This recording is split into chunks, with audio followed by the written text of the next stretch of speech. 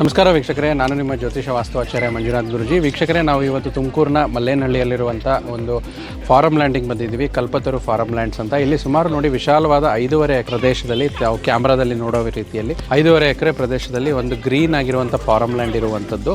So ಇಲ್ಲಿ ನಾವು ಇವತ್ತು ನಮ್ಗೇನು ಕೇಳಿದ್ರು ಅಂತಂದರೆ, ಇಲ್ಲಿ ಬಂದಿರುವಂಥ ಪರ್ಚೇಸ್ ಮಾಡ್ಕೊಳ್ಳೋಕ್ಕೆ ಬಂದಿರುವಂಥ ಕ್ಲೈಂಟ್ಸ್ ಆಗಿರ್ಬೋದು, ಭೂಮಿ ಖರೀದಿಗೆ. ಸೊ ಈ ಫಂಕ್ಷನ್ಗೆ ಚೀಫ್ ಗೆಸ್ಟ್ ಆಗಿ ಕರೆದಿದ್ದು, ಅದ್ರ ಜೊತೆಯಲ್ಲಿ ಈ ಫಾರಮ್ ಲ್ಯಾಂಡಿಗೆ ಒಂದು ಎನರ್ಜೀಸ್ ಚೆಕ್ ಮಾಡೋಕ್ಕೆ ಕೇಳಿದರು.